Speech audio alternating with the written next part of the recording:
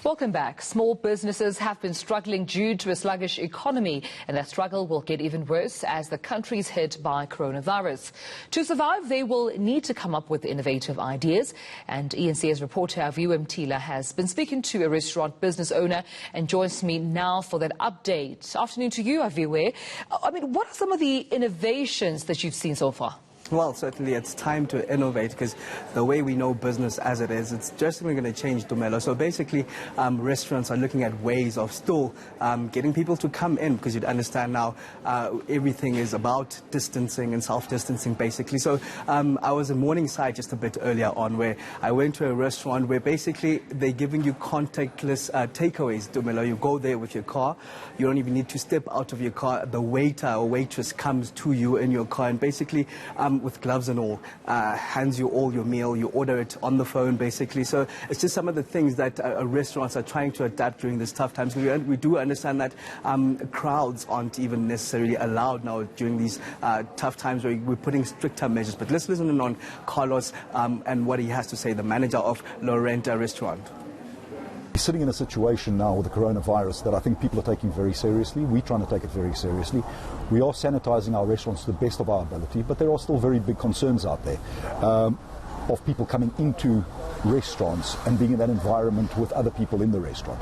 So what we've decided to do is to be able to offer you the service of getting a takeaway without having to physically get out of your vehicle.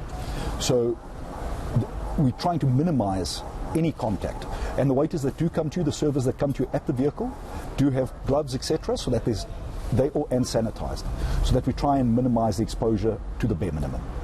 Well, how is then COVID-19 impacting restaurants owners, do you think, Aviwe?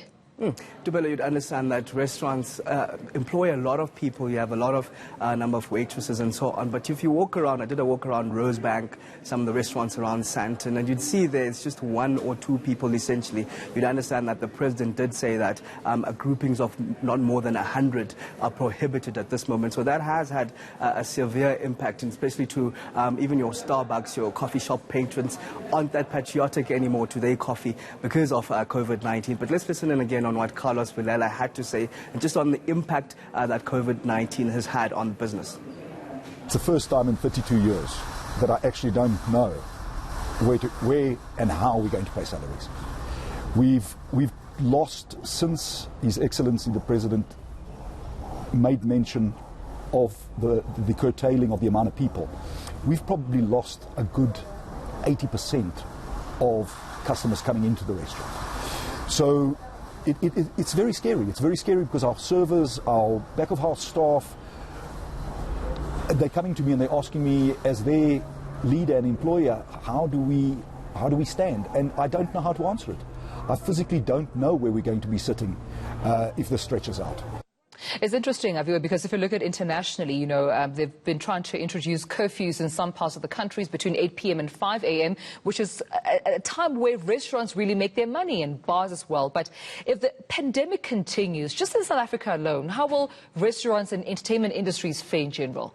Well, it won't be the same again, Dumelo. You'd understand that more innovations would have to happen now. We heard the finance minister yesterday basically saying that the economy can't come to a grinding halt. That will include your restaurants. So we'll see more innovative and out-of-the-box situations happening where you'd find, for example, those situations of back in the days where you'd actually drive your car there. For example, if you're going to a concert, drive your car, you'd watch the concert from your car. You'd connect the FM if they would have some technological FM connecting in your car, essentially, where you'd get to listen and watch the concert from your car. But some of the restaurants that I've been speaking to did suggest that they're going to try and bring in the big hitters, your big entertainment names that would come into the restaurants just to try and get the traction back again and get people coming into those restaurants, because you'd understand that the economy can't stop just because we're facing the severe challenge of COVID-19 at the moment.